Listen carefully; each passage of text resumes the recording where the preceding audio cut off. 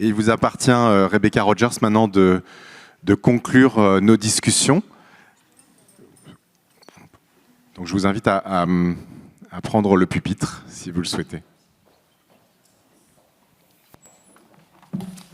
En tâchant d'être bref, parce que je pense que tout le monde est un peu fatigué, mais je voulais quand même commencer par exprimer toute ma reconnaissance à France Mémoire d'avoir voulu inscrire cette question de l'égalité filles-garçons à l'école et de m'avoir donné l'occasion à la fois de faire une conférence et de conclure la journée qui a été, je pense, très riche en informations, échanges, parfois débats.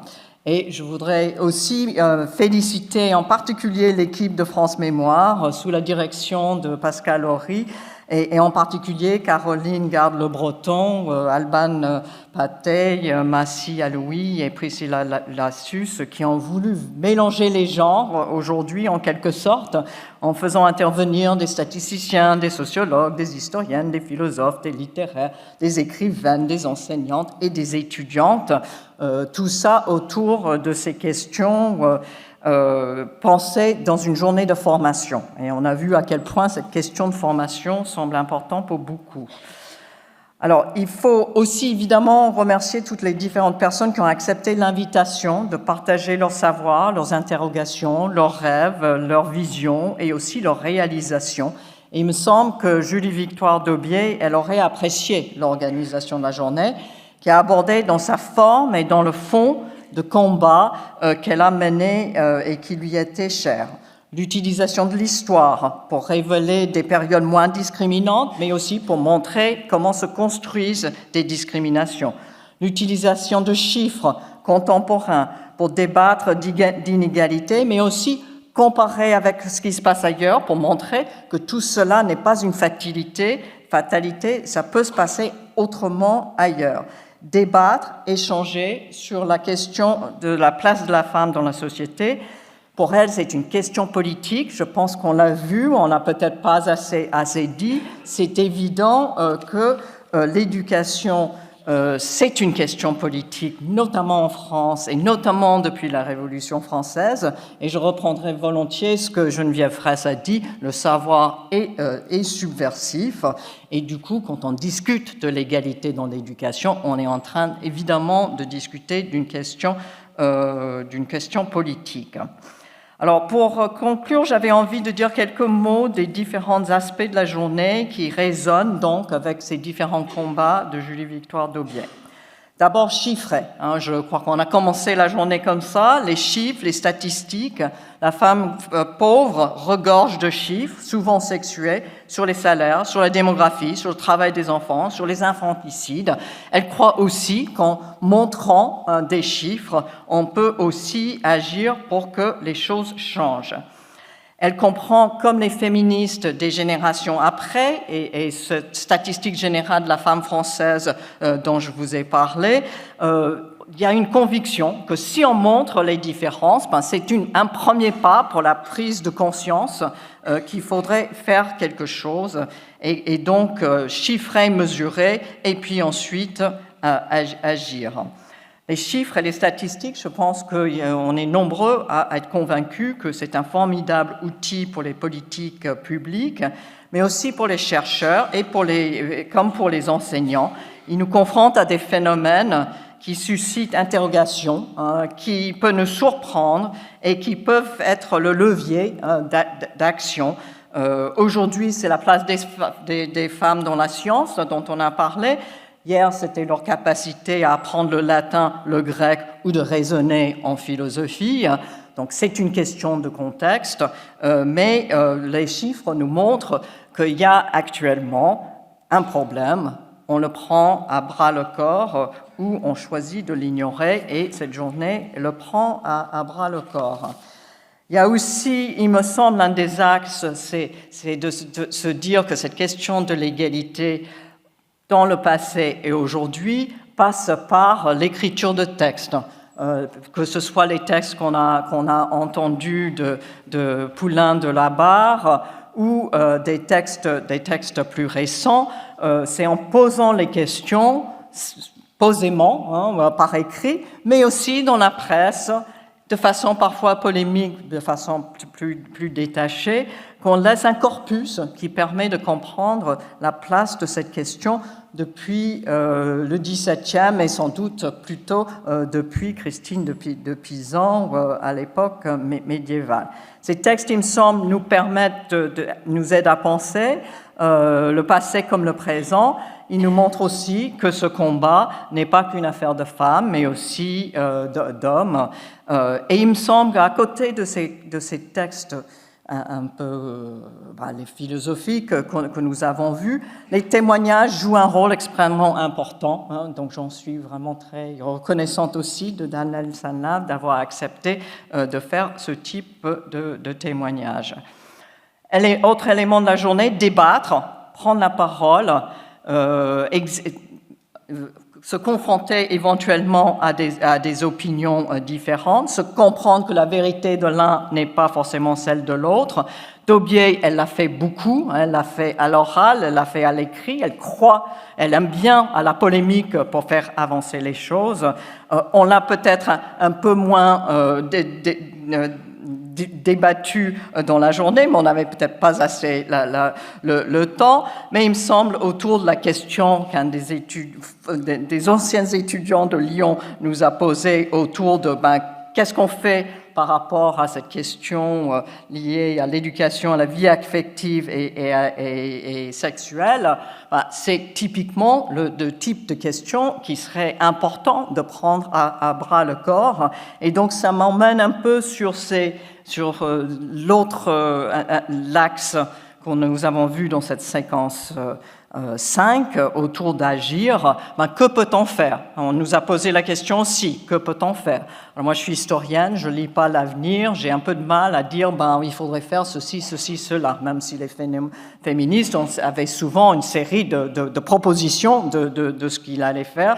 Moi, je crois beaucoup à l'action au local, que chacun s'empare de la question comme il peut, et c'est pour ça que j'ai trouvé formidable de voir ce qui est fait dans différents endroits, et qu'on ne peut pas tous changer le monde, on n'est pas tous Simone de Beauvoir, mais on peut à notre échelle, que ce soit par un cours, que ce soit par une action qu'on mène dans son établissement, que ce soit par les échanges qu'on a avec nos étudiants, c'est une manière aussi d'agir, et que c'est pas le point le moins important.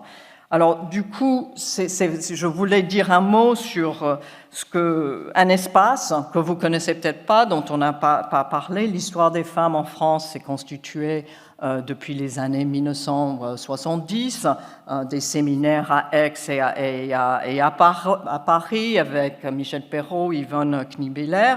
Mais depuis 2000, nous avons une association, Mnémosyne, l'association d'histoire des femmes et du genre, qui existe maintenant, du coup, depuis 24 ans, et qui donne une visibilité à nos travaux et qui donne des moyens aussi de penser ces questions.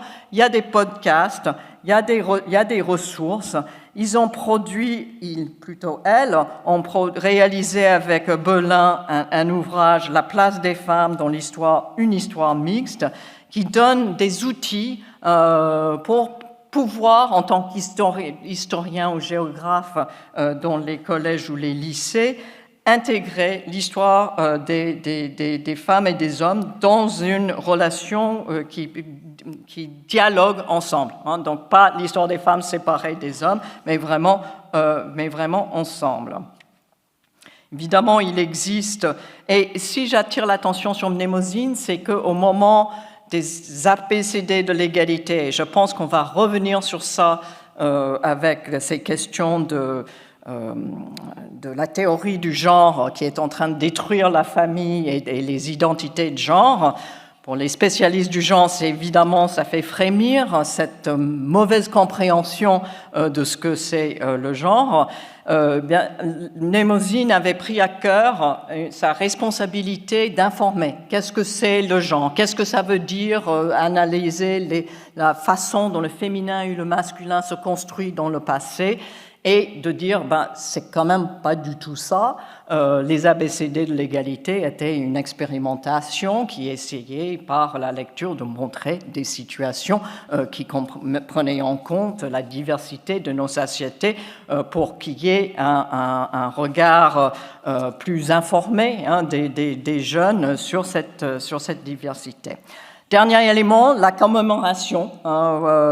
Aujourd'hui, on est en train de commémorer à la fois Julie-Victoire Daubié et ce décret Bérard. Vous avez peut-être compris qu'on a entendu des choses un peu différentes autour de Julie-Victoire Daubié et son arrivée et le fait qu'elle ait obtenu son baccalauréat.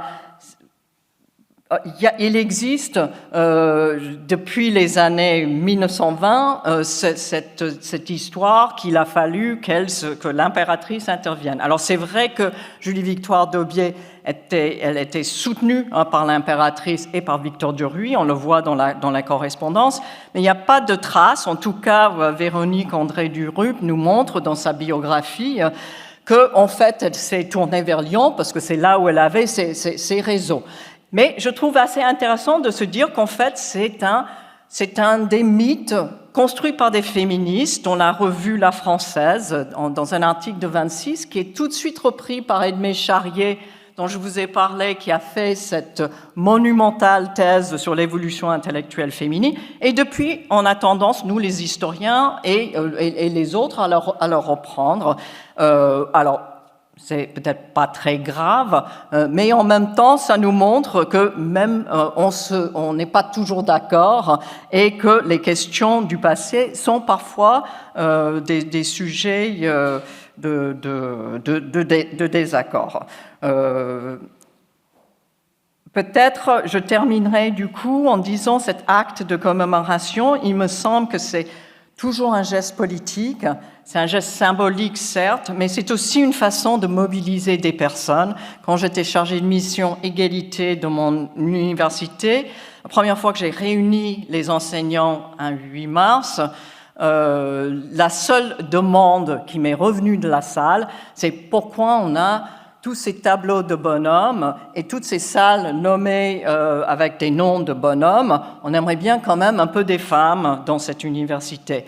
Alors, ça ne va pas changer le caractère plus ou moins discriminant de l'université, mais j'ai compris que c'était une demande et nous avons fait baptiser une salle de formation du nom d'une grande sociologue de la formation.